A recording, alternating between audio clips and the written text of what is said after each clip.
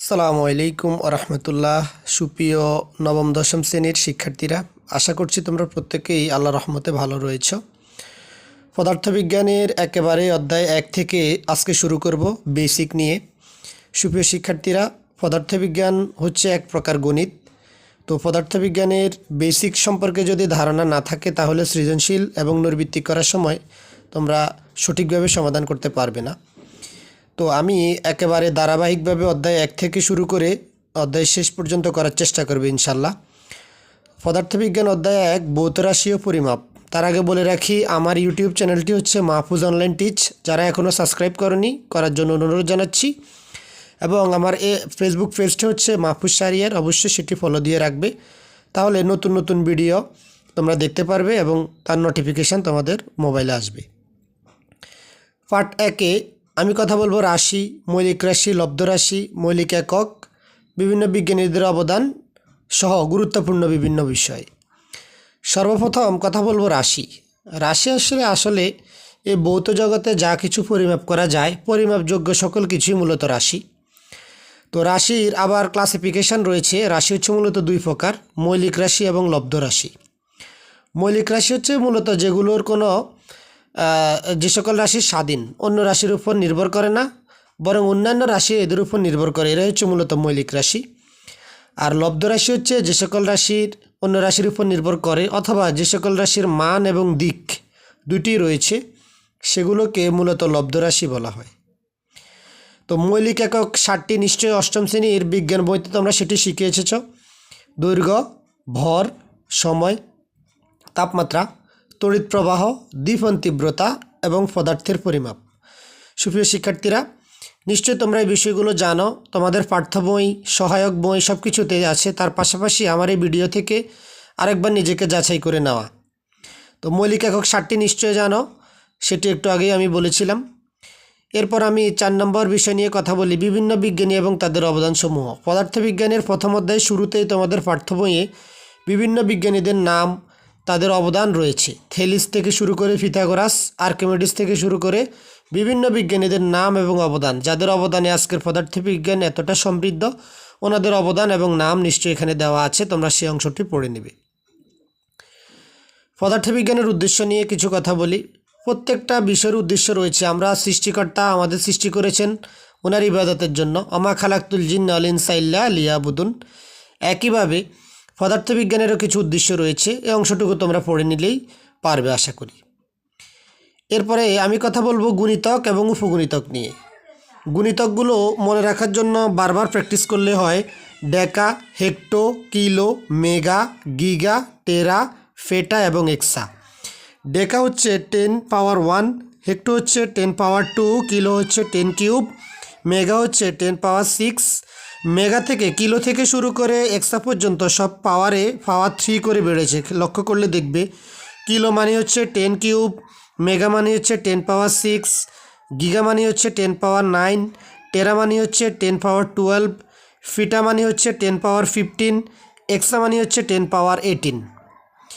একইভাবে উপগুণিতকেও এরকম লক্ষ্য করলে দেখতে পাবে যে ডেসি হচ্ছে 10 ইনভার্স 1, ডেকা ছিল 10 পাওয়ার 1 আর ডেসি হচ্ছে 10 ইনভার্স 1, সেন্টি হচ্ছে 10 ইনভার্স 2, মিলি হচ্ছে 10 ইনভার্স 3, মাইক্রো হচ্ছে 10 ইনভার্স 6, ন্যানো হচ্ছে 10 ইনভার্স 9, ফিকো হচ্ছে 10 ইনভার্স 12, ফেমটো হচ্ছে 10 ইনভার্স 15, এটো হচ্ছে 10 ইনভার্স 18। তাহলে পড়ার সময় এভাবে পড়তে পারো, ডেসি, সেন্টি, মিলি, মাইক্রো, ন্যানো, ফিকো, ফেমটো, অটো। এভাবে দুই ভাঁজ করে পড়তে পারো। ডেসি, সেন্টি, মিলি, মাইক্রো, ন্যানো, ফিকো, ফেমটো, অটো, এভাবে শিখতে পারো। এরপরে আসি বৈজ্ঞানিক প্রতীক নিয়ে। প্রতীক মূলত হচ্ছে, এটা কেমিস্ট্রিতেও রয়েছে। প্রতীক হচ্ছে একটা মৌলকে যেভাবে সংক্ষিপ্ত আকারে দেখা যায়। যেমন আমি যদি বলি কে দ্বারা বোঝা যায় এটা হচ্ছে পটাশিয়াম। আমি যদি বলি এন এ দ্বারা বোঝা যায় সোডিয়াম। এভাবে প্রতীক দ্বারা প্রকাশ করা হয়। তো বিজ্ঞানেও এরকম অনেকগুলো প্রতীক রয়েছে, এদেরকে সাধারণত বৈজ্ঞানিক প্রতীক বলা হয়। তো বৈজ্ঞানিক প্রতীকের অংশটা তোমরা পড়ে নেবে। তারপর কথা বলবো মাত্রা এবং মাত্রা সমীকরণ নিয়ে। কোনো ভৌত রাশিতে উপস্থিত মৌলিক রাশিগুলো সূচককে রাশিটির মাত্রা বলা হয়। মাত্রা দেখেই আমরা বুঝতে পারি যে সেটি কী ধরনের রাশি এবং তার এককটা কী হবে। এবং মাত্রা সমীকরণ সবসময় তৃতীয় বন্ধনীর ভিতর থাকবে, এই অংশটা মনে রাখবে, এই কথাটা, মাত্রা সমীকরণ সবসময় তৃতীয় বন্ধনীর ভিতর থাকবে। যেমন দৈর্ঘ্য হচ্ছে লেন্থ এল, সময় হচ্ছে টাইম টি, এবং ভর হচ্ছে ম্যাস বা এম। এই তিনটা দিয়ে আমরা ক্ষেত্রফল, আয়তন সহ কয়েকটি গুরুত্বপূর্ণ মাত্রা সমীকরণ বের করি। তো ক্ষেত্রফল হচ্ছে দৈর্ঘ্য গুণ প্রস্থ, দৈর্ঘ্যের মাত্রা এল এবং প্রস্থের মাত্রা এল, এবং এল এল যদি আমি গুণ করি তাহলে হবে এল স্কোয়ার, তাহলে ক্ষেত্রফলের মাত্রাটা হচ্ছে এল স্কোয়ার। একইভাবে আয়তনের মাত্রাটা হচ্ছে এল কিউব, কেননা আয়তন সমান দৈর্ঘ্য গুণ প্রস্থ গুণ উচ্চতা, সেখানে আমি 3টে এল পাবো, আর 3টি এল পাশাপাশি গুণ করলে আমার এককটা হবে এল কিউব। এরপর আমি কথা বলবো ঘনত্ব নিয়ে। ঘনত্ব হচ্ছে বস্তুর একক আয়তনের ভরকে তার উপাদানের ঘনত্ব বলে। তাহলে সংজ্ঞা থেকে আমরা বলতে পারি বস্তুর একক আয়তনের ভরকে, আয়তনের ভরকে তার উপাদানের ঘনত্ব বলে।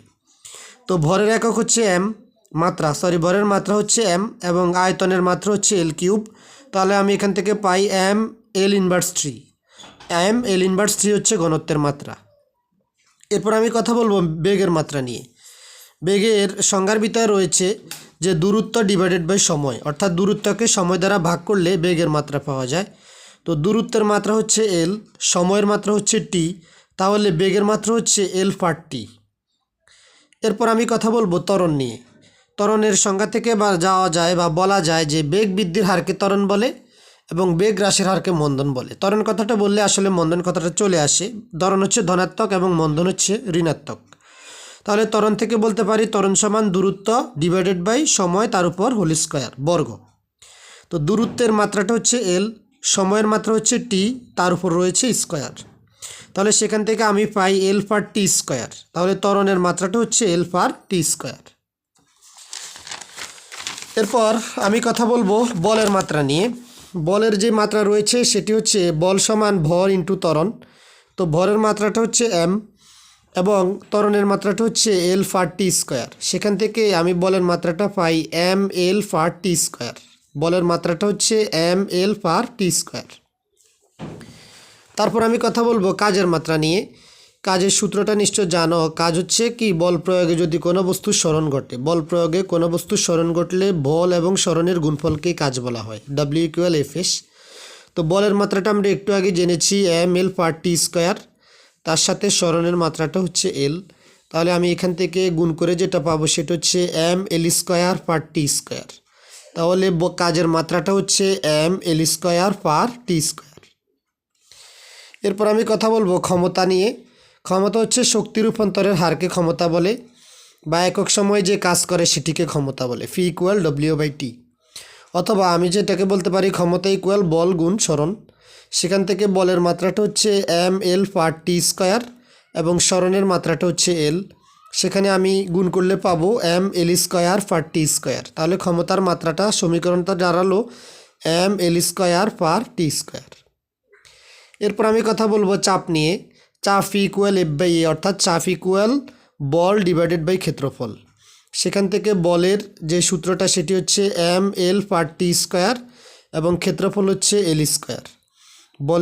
তাহলে সেখান থেকে আমি চাপের যে মাত্রা সমীকরণ পাবো সেটি হচ্ছে এম ফার এল ফার টি স্কোয়ার। আবার বলছি, চাপের মাত্রা সমীকরণটা হচ্ছে এম ফার এল ফার টি স্কোয়ার। সুপ্রিয় শিক্ষার্থীরা, আশা করছি আজকের পদার্থবিজ্ঞানের প্রথম অধ্যায়ের প্রথম পার্টের যে অংশটুকু আমরা বুঝিয়েছি সেটি খুব ভালোভাবেই বুঝতে পেরেছ। কোনো অংশ যদি তোমরা সমস্যা থাকে তাহলে সেটি অবশ্যই কমেন্টসে জানাবে। সবাই সুস্বাস্থ্য কামনায় দ্বিতীয় পার্ট দেখার অনুরোধ জানিয়ে আজকের ক্লাস থেকে এখানে বিদায় নিচ্ছি। সবাইকে ধন্যবাদ।